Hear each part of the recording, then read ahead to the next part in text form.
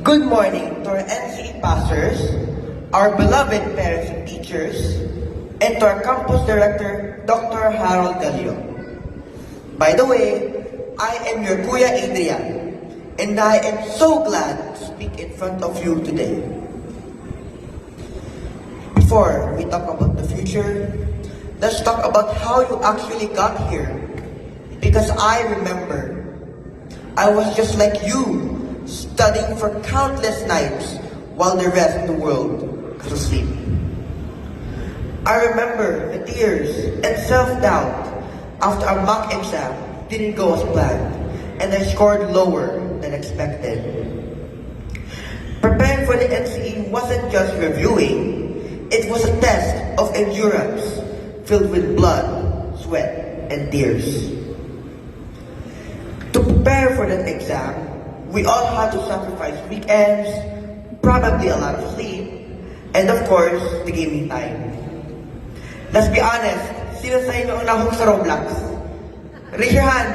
Don't be shy. Dali, raise your hands. Yun, isa. Isa lang? Raise your hands. Wow! Ang unti naman.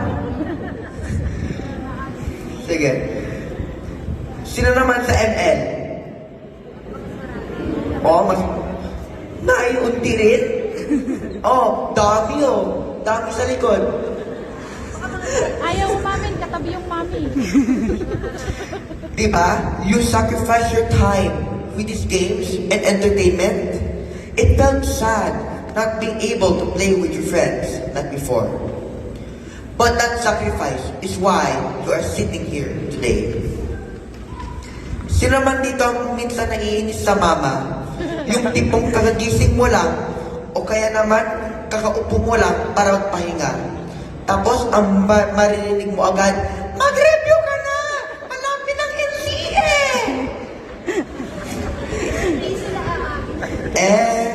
Alam na natin lahat ng need i-review, di ba? Pero aminin natin, without those constant kulit moments, we might not have had the discipline to push through. So, to our dear parents who didn't just support us, but practically reviewed alongside us, thank you so much po. This victory is just as much yours as it is ours. When the results arrived, it was an emotional roller coaster. I remember sitting exactly where you are, asking myself, did they check the right scantron? Am I actually smart enough to be here? But honestly, looking back, I think my parents were actually more nervous than I was. While I was busy doubting myself, they were the ones constantly refreshing the PSI website, waiting for the news with more excitement and kabahan than the actual examining. But I'll be honest, I was terrified. I even felt a bit of pressure because I ended up landing one of the top spots in the NCE. While that was a huge blessing, it came with a big decision. I had the opportunity to go to Manila, to the main campus. Ang sarap siguro doon, ano? Nakakaputi pa naman daw sa Manila.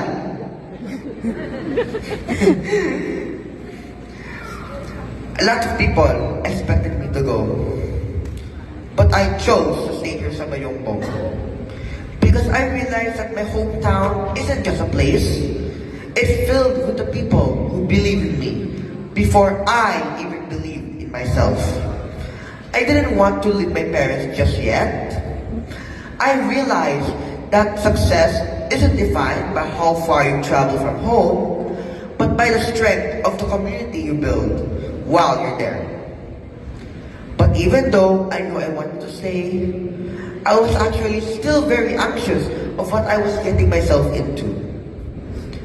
At first, I thought I wouldn't make friends here, and the only people I'd ever talked to were nerds who only cared about grades.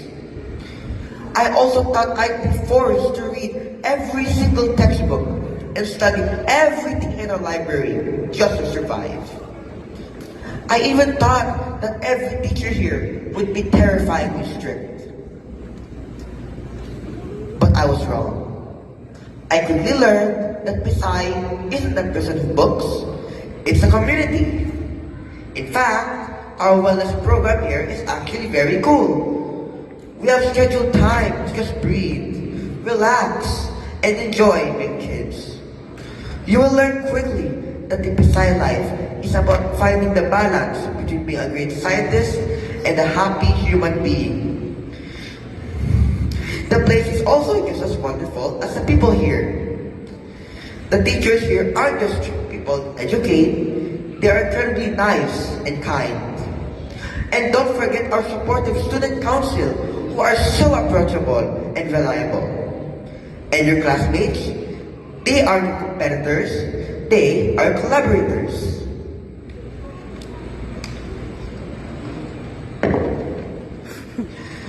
You weren't chosen just because you were good at taking tests.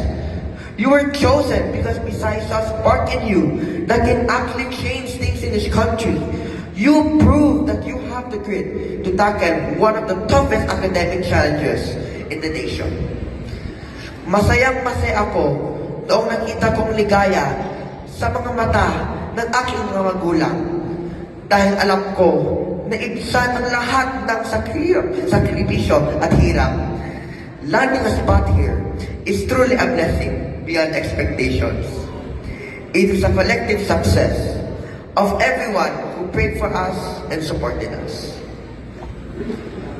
The truth is, I'm still processing that I am an inspiration to you. My expedition to Pisay wasn't a short straight path. It was a marathon of the mind. It is a laboratory where it is okay to fail as long as you learn to restart your experiment and keep trying until you succeed. Actually, these days, my biggest problem in Pisay isn't the lessons. It's a constant akyat baba on this campus. Ang taas, nakapagod. So, to all of you NCE passers, welcome to the chaos. Welcome to the family. Welcome to Pisay!